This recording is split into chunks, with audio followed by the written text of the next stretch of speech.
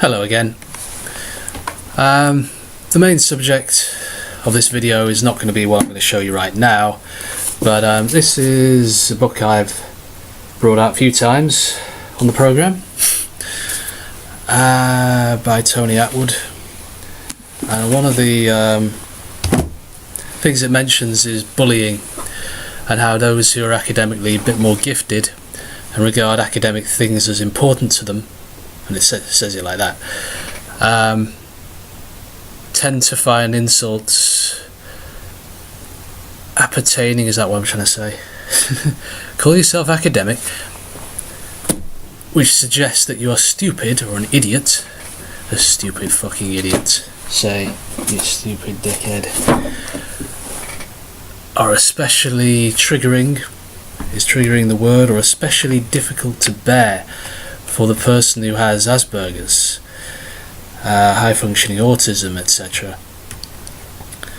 I would say that's quite a black and white notion, or it's almost like narcissism, isn't it? If you really can't handle your own importance being crushed. You can spin Asperger's a bit because it's sort of, you generalize a lot. People can make mistakes of a moral nature because they generalize. Or to give an example, they can't, their sense of identity is lacking in moral balance, not because they're incapable of morality, but because they don't quite understand how that would work. And the two are different things. It's not the same as overdosing on your importance, your self-importance, like a malignant narcissist does, or simply being indifferent like a psychopath, somebody with antisocial personality disorder. I'm often reminded, I suppose I wasn't bullied that much in that way, but I'm often reminded of a time when I just pushed someone off a stool in class because they were messing with my hair, and I had a bit more hair and I had gel on it, spiky hair, and it was almost without thinking I started reacting a lot, and you believe 20 years later or 15 years later, say, that had something to do with you having Asperger's because you're at a low ebb. Yeah, because you're at a low ebb. And the reason why I say that is because I was provoked, wasn't I? So if somebody provokes you, then surely the moral lesson of that story is they shouldn't have done quite what they did, not the other way around. Yes, it is foolish to do things that might cause a lot of harm and to be too rash and hasty, but who was causing it to begin with? And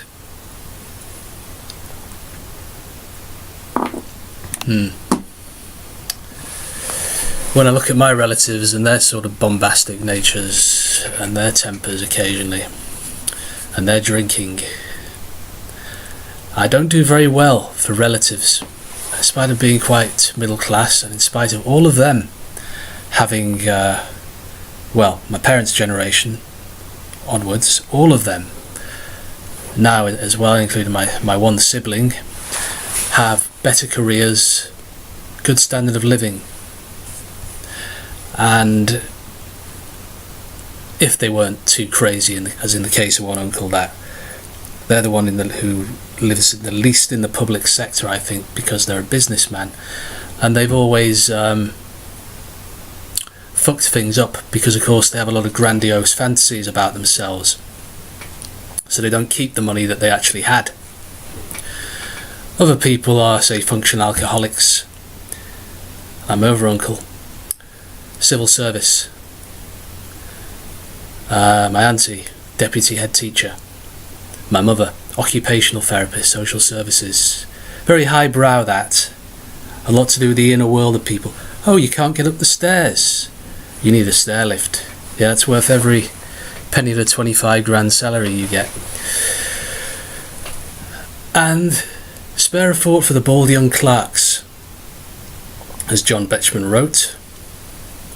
They tasted hell, and talk of sports and makes of cars and drinking bogus Tudor bars, and as it happens, very heavily and very regularly, but they will never even suggest that there's anything wrong with their lifestyle or them, because they were very badly narcissistically abused and became the same.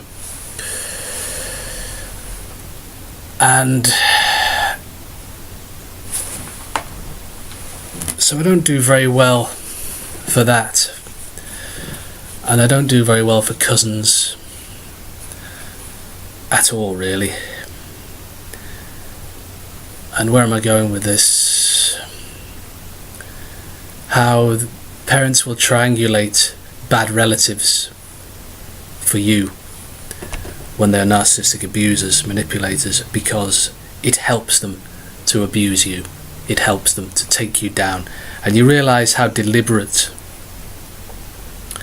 it has been to involve some of these people at different times. I only met one of my uncles when I was 16. Couldn't be asked seeing me any earlier, of course. But then he tries to dictate to me what I should do with my life. Fuck off. And you realise that people like your father are not as naive as they made out, and that there was no good brother in that family unless they disowned one of them and never mentioned him from that day forward.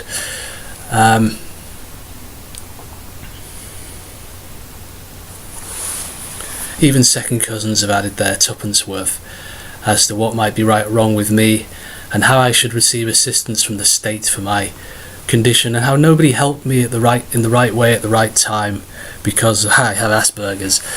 Not because they're a bunch of twats, is it?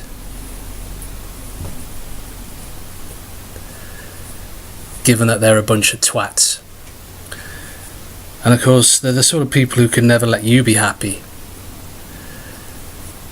And some of them are more overtly macho bullies, or they're more overtly inconsiderate people. A couple of my cousins are. Or overtly unable to criticise them and unwilling. And my parents sometimes mention how psychopathic other people are and how lacking in generosity, and how they laugh at the wrong things. They never truly quite disown these people, even though in most cases they still keep them around. You're not generous yourself. You're not generous to the right people. This is what they do. They do it because they can, and because they're mentally ill. Not the sort of mental illness where they're going to be taken to task and have to have more diagnoses like I did. Have somebody tell them to do something because of it, and tell them there's something wrong with them.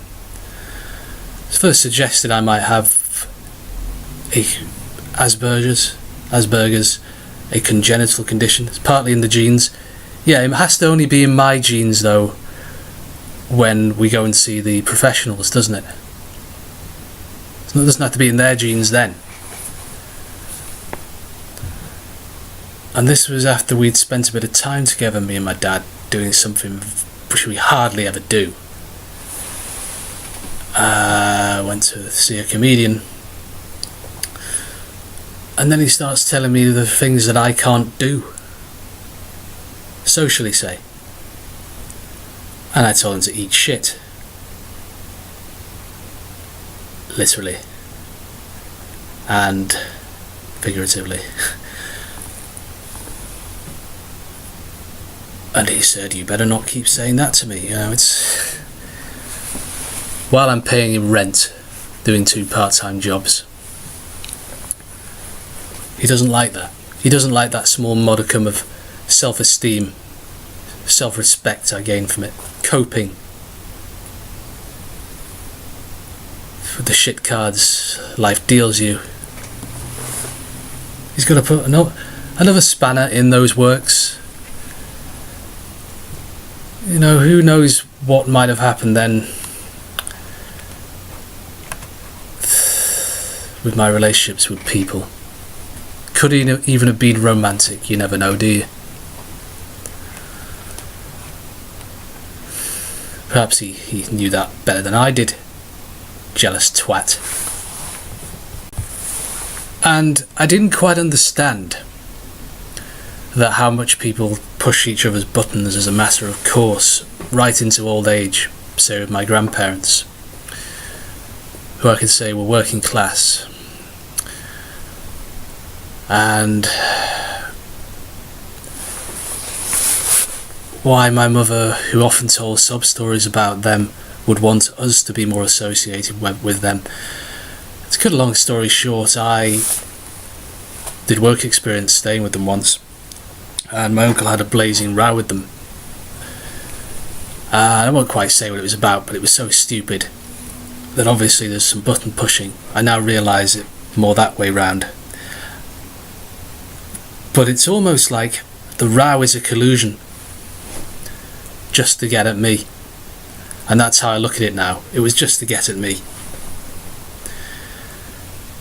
Maybe a little unconsciously on their part, but there is a relief when you make somebody else suffer, when you have such a malignant, toxic mindset as they have.